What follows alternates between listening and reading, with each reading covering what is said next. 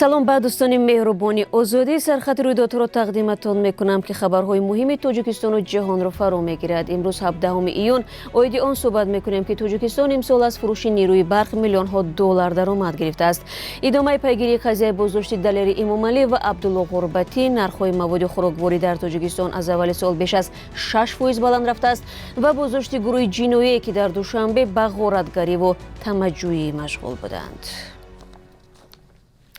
Тоҷикистон дар 5 моҳи имсол аз фурӯши нирӯи барқ беш аз 26 миллион доллар фоида гирифтааст. Ин рақам нисбати ҳамин давраи соли гузашта 12% зиёдтар аст.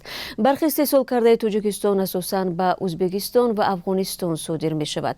ҳамин гуна дар ин давра ба қавли Вазорати энергетика ва захираҳои об истеҳсоли нирӯи барқ 3.5% афзуда 8.4 миллиард киловаттсоатро ташкил додааст.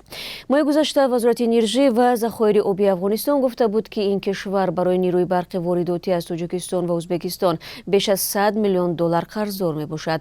моҳи декабри соли 2021 дар шаҳри Тошканд миёни барқи тоҷик ва Бришнои Афғонистон қарордоди содироти барқ дар соли 2022 имзо шуд. он замон бисёриҳо мақомотро танқид карданд ки сокинони кишвар бо барқ пурра таъмин нестанд, аммо барқро ба хориҷа мефурӯшанд. вакили дифои Далери Эмомалӣ ва Абдулло Ғурбатӣ мегӯяд, эҳтимол дорад имрӯз мурофиаи нахустини ин ду рӯзноманигори боздоштшудаи тоҷик баргузор гардад. ба қавли Абдураҳмон Шарипов, мақомот бояд ба зерҳимояҳои ӯ айбнома эълон намуда додгоҳ дар бораи ҳабси пешакии онҳо қарор содир кунад. дар навбати худ пайвандони ин ду рӯзноманигор мегӯянд, бо гузашти 2 рӯз аз боздошташон то ҳол онҳоро надиданд. мақомот Далери Эмомалиро ба соҳибкории ғайриқонунӣ ва дидаву дониста расонидани хабари бардуруғ муттаҳам карданд. Абдулло Ғурбатӣ бошад ба муқобилият ба намояндаи ҳокимият гумонбар аст. Абдураҳмон Шарипов мегӯяд, Далери Эмомалӣ иттиҳомро қисман қабул кардааст, аммо Абдулло Ғурбатӣ гуфтааст, айбнома зидди ӯ беасос аст. ҳамкорони мо мавзӯъро пайгирӣ доранд ва бо ба даст омадани ҷузъиёт дар барномаи ахбор пешкаши шумо хоҳанд кард. 4 раҳбари кишварҳои аврупоӣ ки дирӯз аз Киев боздид намуданд, ҷонибдори пазироии Украина ба мақоми номзад ба узвиятии Иттиҳоди Аврупо мебошанд. дар поёни сафари раҳбарони Олмон, Италия, Румыния ва Фаронса ба Украина, раҳбари фаронсавӣ Эммануэл Макрон ва президенти Украина Володимир Зеленский бо хабарнигорон вохӯрданд. Макрон гуфт, Фаронса ирсоли аслиҳа ба Украинаро тавсия мебахшад, то ин кишвар худаш сарнавишташро муайян кунад. дар навбати худ Зеленский гуфт ки қабули сареи Украина ба Иттиҳоди Аврупо посухи нерӯманд ба таҷовузи Русия хоҳад буд. ин масъала 23 ва 24 июн дар Брюссел дар нишасти раҳбарони Иттиҳоди Аврупо баррасӣ мешавад. ба қавли раҳбари украинӣ, таҷовузи Русия ба Украина таҷовуз ба тамоми Аврупо мебошад ва агар аслиҳаи аврупоӣ зудтар дар ихтиёри нирӯҳои украинӣ қарор гирад, ин кишвар зудтар хокашро аз таҷовузгарон пок хоҳад кард. тибқи омори расмӣ дар моҳи май имсол мизони таваррум дар Тоҷикистон 0.7%-ро ташкил кардааст. дар 5 моҳи соли ҷорӣ сатҳи таваррум ба 3.9% баробар гашта. дар ин муддат нархи маводи хӯрокворӣ дар кишвар 6.6% баланд рафтааст. аз ҷумла қимати орди нави якум беш аз 20%, сабзӣ зиёда аз 22%, пиёз наздики 30%, маҳсулоти макаронӣ ҳудуди 13% ва карам 31% гарон шудааст. дар айни замон, тибқи нишондоди оморӣ, арзиши бодринг 64 ва помидор тақрибан 9% арзонтар шудааст.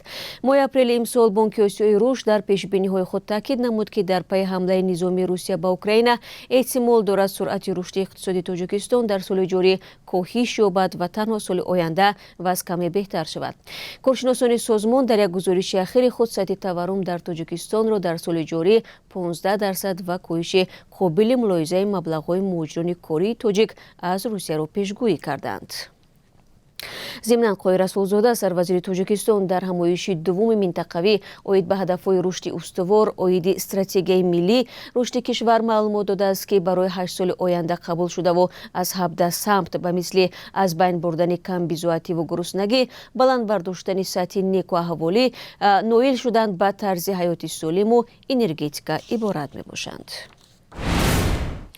дар ноҳияи айнӣ ба як хонаводае ки соҳиби се гонник шудааст мақомоти ноҳия тӯҳфаҳо ва як сар гови ҷӯшоӣ тақдим намуданд.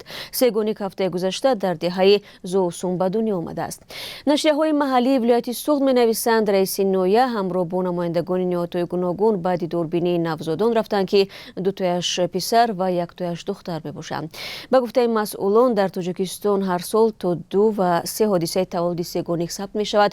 Чанд мавриди таваллуди 4 гонник низ мушоҳида шудааст. мақомот ба баъзе аз ин хонаводаҳо кӯмаки молӣ ва хонавуд дар тақдим намуданд.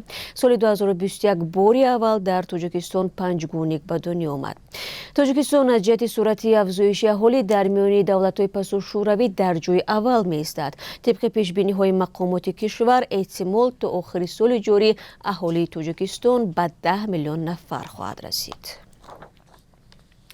дар шаҳри Душанбе як гурӯҳи ҷиноӣ иборат аз 2 зан ва 1 мардро боздошт карданд ки ба ғоратгарӣ, тамаҷҷӯӣ ва ғайриқонунӣ маҳрум кардан аз озодӣ муттаҳам мешаванд. раҳбари ин гурӯҳро марде бар уҳда дошт ки қаблан барои роҳзанӣ ва дуздӣ маҳкум шудааст. вазорати корҳои дохилӣ мегӯяд занон манзилеро дар пойтахт иҷора гирифта дар шабакаҳои иҷтимоӣ хидматҳои шаҳвонӣ пешниҳод мекарданд. вақте муштариён ба манзили ин занон меомаданд, раҳбари гурӯҳ вориди утоқ шуда худро корманди милиса муаррифӣ мекардааст. ӯ ба дасти ҷабрдидаҳо завлона зада, тариқи электрошокер шиканҷа медод ва дар телефон ҳамаи инро сабт намуда аз онҳо пули калон талаб мекард.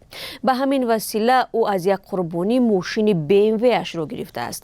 нисбати гумонбарон парвандаи ҷиноятӣ бозгардид. бинандагони гиромӣ, акнун нигоҳе меандозем ба бозори асъори хориҷӣ дар Тоҷикистон. тибқи нишондоди Бонки миллӣ имрӯз 17 июн дар қурби рубли русӣ бетағйир аст. арзиши 1000 рубл ҳамоно 177 сомонӣ мебошад, аммо доллар ва евро то рафт поин мераванд. 1 доллар имрӯз 10 сомониву 90 дирам ва 1 евро 11 сомониву 36 дирам аст. дӯстони хубам, расидем ба фарҷоми нашри навбатӣ сархати рӯйдодҳо дар ҳафтаи ҷорӣ. бо сипос аз якояки шумо барои ҳамроҳӣ дар пеш барномаи ахбори озодӣ. ман шуморо дар ҳафтаи нав мунтазир хоҳам буд. рӯзҳои хуби истироҳатӣ дошта бошед.